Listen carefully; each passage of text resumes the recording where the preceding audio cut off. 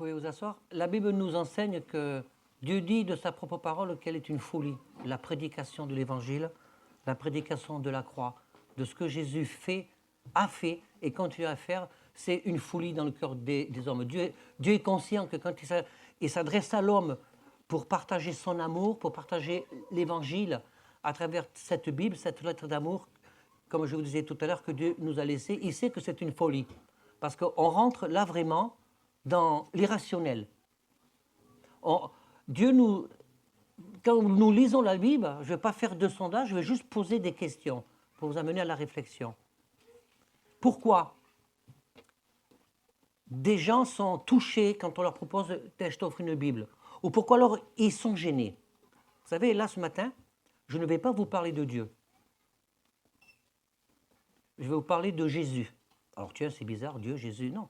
Parce que je vais vous dire, quand on parle de Dieu, tout le monde peut parler de Dieu. Bien qu'il soit réel, bien qu'il soit le Tout-Puissant, tout le monde peut parler de Dieu. D'accord? Parce que c'est vague. On peut faire plein de choses au nom de Dieu. On peut tuer, on peut assassiner, on peut égorger, on peut faire plein de choses au nom de Dieu. Mais quand on parle de Jésus, c'est totalement différent. On ne fait pas n'importe quoi au nom de Jésus. On ne peut pas tuer au nom de Jésus. Parce que Jésus, c'est la personne de Dieu personnifiée en un humain qui est venu sur la terre pour se mettre à la portée des hommes. Et j'ai remarqué, que ce soit en tant que pasteur ou quand je suis dans la vie active ou professionnelle, etc., c'est beaucoup plus facile de parler de Dieu parce que c'est très large, n'est-ce pas? Ça peut avoir un côté un petit peu abstrait. Mais quand on parle de Jésus et qu'il m'est arrivé de poser une question à une personne, et je vous pose cette question, je vous interpelle finalement. Qu'est-ce que tu penses de Jésus? Ou si tu as fait une démarche, où est-ce que tu en es avec Jésus, pas avec Dieu? Bien que ce n'est pas de l'ambivalence, c'est pareil. Mais parce que dit Jésus dans la Bible? Jésus dit « Je suis le chemin, la vérité et la vie, et nul ne vient au Père que par moi. » Jésus se présente comme le chemin, la vérité, la vie. Il se présente finalement comme la solution. Il s'attribue des vérités fondamentales. Et c'est vrai que quand je dis que c'est une folie comme ça de parler de Jésus, parce que ça fait appel à tout ce qui peut être abstrait en nous, ça fait appel à la possibilité de croire des choses qu'on ne verra jamais de notre vivant parce qu'on les verra quand on passera de l'autre côté. La seule chose qu'on peut entendre, il y a deux choses. C'est ce matin, les témoignages, l'impact qu'aujourd'hui a encore Jésus que nous proclamons comme vivant, l'impact qu'il peut avoir dans une vie. Et le fait de dire qu'il y a beaucoup de gens ici qui ont dit je vais essayer l'option Jésus. On ne peut pas s'approcher Jésus à travers une certaine idéologie chrétienne basée sur une histoire humanitaire, humaine d'un pays, d'un continent. Parce que, et puis je vais vous dire une chose, dans tout ce que je vais vous dire de Jésus là ce matin, malheureusement je ne peux pas vous le prouver. Et je ne peux pas chercher, quand quelqu'un essaie de vous prouver Jésus, fuyez en courant, parce qu'il y a quelque chose et il y a une tromperie derrière. Voyez-vous? Je ne peux pas vous prouver quand je vous parle de Jésus. Parce que Jésus ne se prouve pas, Jésus se reçoit. Et la différence, elle est fondamentale. Jésus se reçoit. Et Jésus connaît chacun de nos vies. Jésus te connaît. Il sait ce qu'il y a de bon en toi et ce qu'il y a de moins bon, bien évidemment. Vous savez, nous vivons dans un contexte sociétal très anxiogène, international, très compliqué. Et parfois, il y a des gens que je rencontre, ils rêvent de mettre un peu d'ordre dans leur vie. Peut-être que tu te dis, j'aimerais bien mettre un peu d'ordre dans ma vie. Et la Bible parle d'ordre. Même dans la gestion de l'Église, la Bible parle d'ordre. Tiens, concernant l'ordre, on ne voit dans la Bible aucun exemple, aucune procédure, aucun process sur une forme de liturgie que nous devrions adopter pour faire un culte. Donc, ce qui m'amène à dire, qu'aucune église, quelle qu'elle soit, est dans la vérité dans sa liturgie dominicale. Parce que la vérité vient de la parole de Dieu. Comprenez bien, dans sa liturgie. J'espère que je ne vais pas vous empêcher de dormir ce soir. Par contre, la Bible nous donne un cadre. Un cadre. Quand nous nous réunissons, c'est pour chanter, c'est pour prier, c'est pour louer Dieu, c'est pour partager la Sainte Seine, le pain et le vin, c'est pour entendre la prédication de l'Évangile, et de la façon dont... C'est le cadre, c'est ça. Et le but, c'est que Dieu attend qu'on lui rende un culte d'adoration, et que je puisse adorer Dieu, pas en fonction de tout ce qu'il me donne, mais pour ce qu'il est. Nous sommes très touchés par les chrétiens qui sont persécutés dans les pays. Il y a 380 millions de chrétiens qui sont persécutés à cause de leur foi. Et quand la Bible parle, apporte un sacrifice de louange, dans nos pays occidentaux, un sacrifice de louange, ça va peut-être se limiter à... Des gens vivent des drames, mais souvent ça va se limiter. J'ai été contrarié, je ne suis pas bien, je n'ai pas envie d'aller à l'église pour louer Dieu, mais je me force, je vais quand même y aller, donc j'apporte un sacrifice de louange. Oui, c'est un sacrifice de louange.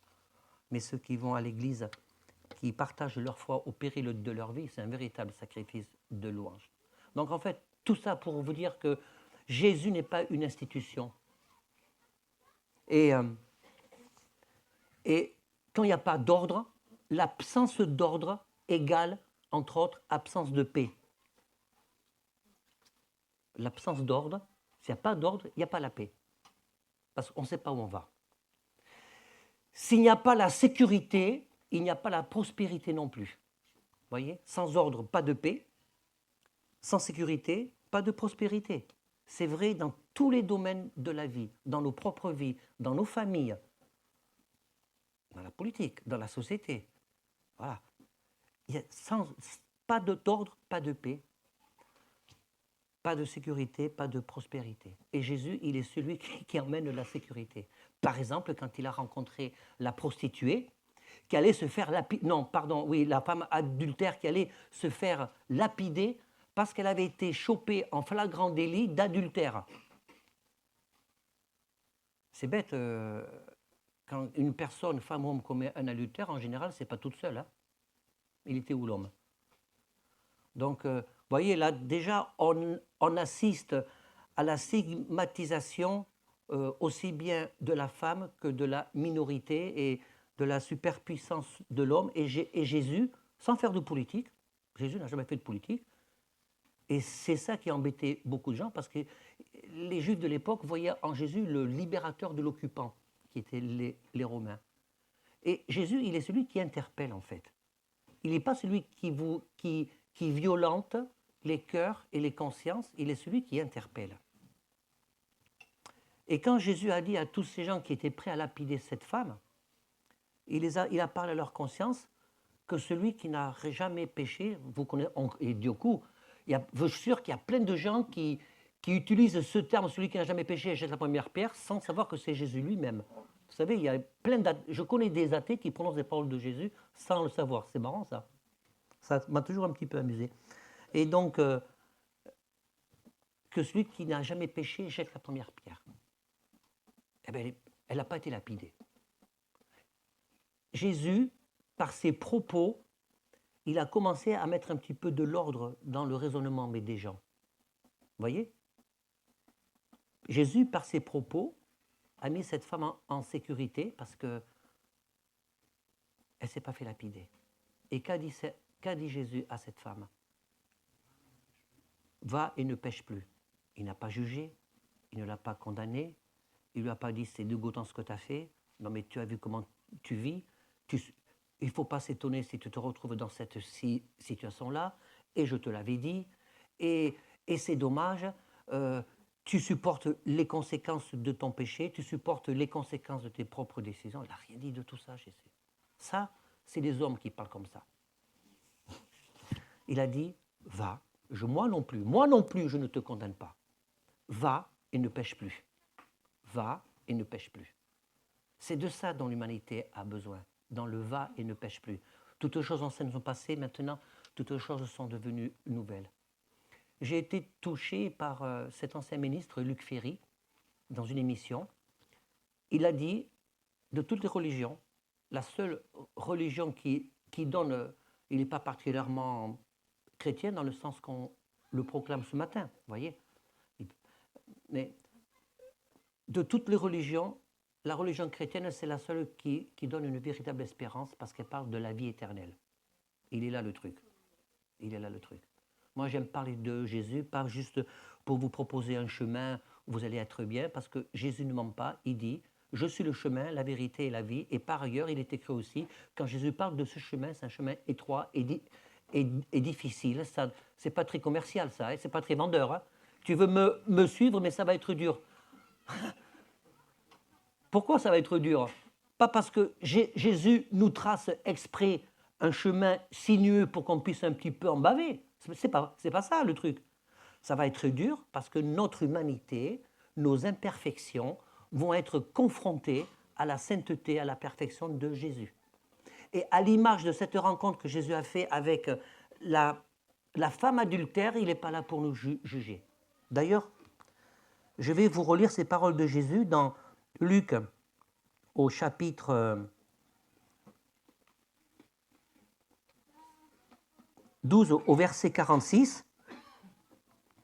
Luc chapitre 12, voilà ce que Jésus déclare. « Je suis venu comme une lumière dans le monde, afin que quiconque croit en moi ne demeure pas dans les ténèbres. » Quand on a parfois l'impression de ne pas voir clair autour de nous. « Si quelqu'un entend mes paroles et ne les garde point, ce n'est pas moi qui le juge. » C'est fort ça. Si quelqu'un entend mes paroles et ne les garde pas, ce n'est pas moi qui le juge, car je ne suis pas venu pour juger le monde, mais pour sauver le monde. Pour sauver le monde. Et il continue, je vous invite à lire dans Jean chapitre 12, c'est un passage très très riche parce qu'il est confronté aussi à des gens qui rejettent Jésus, bien que Jésus ait fait des miracles. Ils n'ont pas cru. Ce n'est pas les miracles qui font que les gens vont croire, ils sont là juste pour attester. Nous croyons aux miracles, moi je crois aux dons de guérison, qui vont pour attester la parole de Dieu, mais c'est cette parole qui est prêchée qui va toucher les cœurs, vous comprenez? Et quand Jésus a rencontré ce jeune homme riche, vous savez, c'est de la symbolique. Le contexte, les Juifs étaient sous occupation romaine. Il y avait un jeune homme riche. Et quand on lit le texte, c'est l'image du bon chrétien qui va à l'église tous les dimanches. Tous les dimanches. Et c'est rare, mais dans le texte, en l'espèce, dans cette rencontre, eh bien, il est fait mention que Jésus aima ce jeune homme. Il avait un amour particulier. À un moment donné, Jésus, parce que la question c'est, Seigneur, que dois-je faire pour hériter la vie éternelle? Souvent, cette question revient dans la Bible, dans le Nouveau. Que dois-je faire pour hériter la vie éternelle? Mais c'est ça l'enjeu. Le verset fondamental de toute la Bible, c'est Jean 3,16. Car Dieu a tant aimé le monde qu'il a donné son Fils unique afin que quiconque croit ne périsse pas, mais qu'il ait la vie éternelle. Il est là. Et quand j'ai cette espérance qu'un jour mes yeux verront Jésus, c'est le fondement de la foi chrétienne, mais la vie éternelle. Sinon, le message de Jésus sera un message philosophico-religieux, avec plus ou moins d'intérêt, et puis c'est tout. Mais la véritable espérance, ce n'est pas un espoir, c'est une espérance, c'est-à-dire une certitude qui est basée sur notre foi. Et ça, je ne peux pas vous le prouver. Par contre, vous pouvez l'expérimenter. Parce que vous voyez, dans ce que je vous ai lu, que Jésus, il ne juge pas celui qui rejette mes paroles. Alors ça peut arranger certains, d'autres pas, parce que Jésus n'est pas celui qui violente les cœurs et les consciences, comme il a fait pour ce jeune homme riche. Quand ce jeune homme riche a posé la question, que dois-je faire pour hériter la vie éternelle? Et Jésus lui fait part de tout ce qu'il fait de bien. C'est le bon petit chrétien. Il va au temple, il pratique tous ses rites religieux, il est gentil, il a plein de qualités. La seule chose qui manque, c'est que Jésus dit, il te manque juste une chose et t'es tout bon. Vends tous tes biens et distribue-les aux pauvres. C'est embêtant de dire ça en France, parce que les Français, en général, ils ont toujours un problème avec l'argent, hein, contrairement aux anglo-saxons. Mais ça peut être, on peut le prendre littérairement, mais ce n'est pas un texte qu'il faut prendre littérairement, parce que Jésus n'a rien contre les riches. Et dans l'esprit biblique, Jésus ne demande à quiconque de se dépouiller. C'est pas ça. C'est que le problème de ce jeune homme, l'argent était son problème. Bertie disait à Francel, il l'avait encouragé à garder Jésus en place number one. Number one. C'est le seul mot que je peux prononcer en anglais avec un bel accent. Le number one. Donc, Jésus a vu que dans ce jeune homme, il n'était pas le numéro un. C'était l'argent. Vous voyez, il y a des gens qui n'ont pas d'argent, qui sont classés parmi les 8 millions de pauvres en France et qui ont un rapport dysfonctionnel à l'argent bien plus profond que ceux qui en ont plein, vous voyez. Il y a aussi des gens qui ont beaucoup d'argent qui ont un rapport dysfonctionnel. Donc le problème, ce n'était pas mais l'argent, c'était quelle est la chose dans ta vie qui prend la première place, qui t'empêche de commencer à faire une démarche avec Jésus-Christ. Ça peut être les réseaux sociaux, la première place. Hein. Passer 8 heures par jour devant. Hein. Ça peut être le sport. Ce n'est pas interdit, les réseaux sociaux. Ça peut être des tas de choses qui prennent une grande partie de nos vies et dans laquelle on ne peut pas se passer et que tout le reste doit forcément passer secondaire. Ça peut paraître exigeant, je vais terminer par là, que Jésus veut la première place. Ben oui, il a les moyens de ses exigences. Il a les moyens de ses exigences. Parce qu'il est doux, il est amour. Et pourquoi j'ai dit que je ne peux pas vous prouver ce que je vous raconte là? Parce qu'il faut simplement le vivre. C'est le message de l'Évangile. Vous savez, Jean 3,16, car Dieu a tant aimé le monde qu'il a donné son Fils unique, afin que quiconque croit ne périsse pas, mais qu'il ait la vie éternelle. C'est pas, il dit, Dieu a tant aimé les chrétiens. Il n'y en avait pas. Mais c'est pas Dieu a tant aimé une catégorie. Il est écrit aussi, par ailleurs, dans la Bible, que l'amour de Dieu couvre comme un manteau une multitude de péchés. Ça veut dire quoi? Je suis embêté parce que j'ai employé une expression qu'on entend dans certaines pubs, mais bon, je vais le dire quand même. Ça veut dire que le message, c'est « Viens à Jésus comme tu es ». Qui que tu sois, quoi que tu aies fait dans la vie, qui que tu sois, quelles que soient tes souffrances, quelles que soient tes blessures, ou quelles que soient aussi le degré d'agression que tu peux causer à autrui, parce que tu te dis, finalement, je suis une personne pas terrible, mauvaise, Jésus t'aime aussi. Et ça, c'est dur en tant qu'humain, parce qu'on aimerait bien mériter. Et la bonne nouvelle de l'Évangile, c'est qu'en fait, tu ne mérites rien, je ne mérite rien. C'est une grâce, c'est un cadeau. Il est où le problème? Parce que si on s'approche de Dieu pour mériter un truc, ça ne marchera pas. Parce que tout est une grâce. Et si je considère que tout est une grâce, je commence déjà à marcher sur le chemin de l'humilité pour me mettre devant Dieu et dire, Seigneur, je reconnais mes faillances. Parce que Dieu t'aime malgré tes défaillances. L'amour de Dieu pour toi inclut tes propres défaillances. Et la dernière petite histoire de cette rencontre, il y a plein d'histoires, j'en ai sélectionné deux, que Jésus a rencontré cet homme religieux, ce pharisien, on va dire le clergé de l'époque, si vous voulez, Nicodème, qui voulait rencontrer Jésus parce qu'il avait été interpellé par le message de Jésus, mais son statut ecclésiastique ne lui permettait pas de rencontrer Jésus devant tout le monde. Donc c'était une petite première approche discrète. Et la Bible nous apprend qu'ils se sont donné rendez-vous incognito en pleine nuit.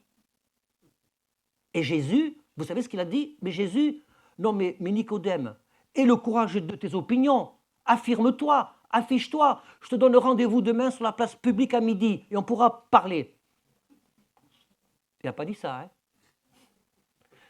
Je m'attendais à plus de réactions, mais il y en a qui me connaissent et savent que je blague des fois comme ça. Il n'a pas dit ça, mais Jésus, il a dit, ok, je te donne mes rendez-vous. Ils se sont rencontrés en pleine nuit, incognito. Et à l'époque, il n'y avait pas les éclairages publics, d'accord? C'était vraiment incognito. Et Jésus a entendu. Et Jésus a reçu ces paroles. Jésus a reçu ces interrogations. Et quelle était la question? Une question à 1 million d'euros, c'était, Seigneur, que dois-je faire pour hériter la vie éternelle? La même question qui revient. Et il était tellement braqué dans sa théologie dans ces traditions, dans ces dogmes, que Jésus dit, il faut que tu naisses de nouveau. Elle a dit, il avait plus de 80 ans, je vais avoir du mal à rentrer dans le ventre de ma mère. Et Jésus lui explique que ce n'est pas ça, la nouvelle naissance. C'est une naissance d'eau et d'esprit. Et Jésus il donne une explication qui m'amène à dire et à penser qu'on ne peut pas le prouver, il faut juste le vivre pour le recevoir. C'est que Jésus dit, voilà l'explication. Quand tu sens le vent, qui a vu la forme du vent? On la voit à travers les nuages, quand on est dans l'espace, qu'il y a les tourbillons, on le voit. Mais personne ne voit la forme du vent, on ne sait pas à quoi ça ressemble. On ne sait pas d'où il vient, où il va, voilà. On ne sait pas, mais on sait qu'il est là, on sait que ça arrive, que c'est réel. C'est ça, la nouvelle naissance avec Jésus et cette possibilité de repartir, d'expérimenter l'amour de Jésus. Et c'est ce qu'a fait Nicodème. Et plus tard, dans les écrits, on voit qu'il a évolué. Il s'est affiché de plus en plus. Moi, j'aime la liberté du Seigneur parce que Dieu nous laisse le temps. Il nous laisse le temps. Il ne nous brutalise pas. Tu n'as pas besoin de connaître la Bible pour venir à l'église, pour écouter l'Évangile. C'est à ton rythme. Et ça, c'est très important pour moi. C'est très important pour nous dans l'église de permettre aux gens de venir. Il y a des gens qui viennent, ils repartent, on ne pose pas de questions, on n'a pas à faire de l'investigation, c'est un lieu public. On m'a déjà dit, j'ai du mal à venir parce que je ne suis pas trop comme vous. Non mais c'est justement là qu'il faut venir quand tu n'es pas comme nous. On aime bien la diversité. Mais l'évangile, ce n'est pas pour des initiés, d'accord? Ce n'est pas pour des initiés. Voilà.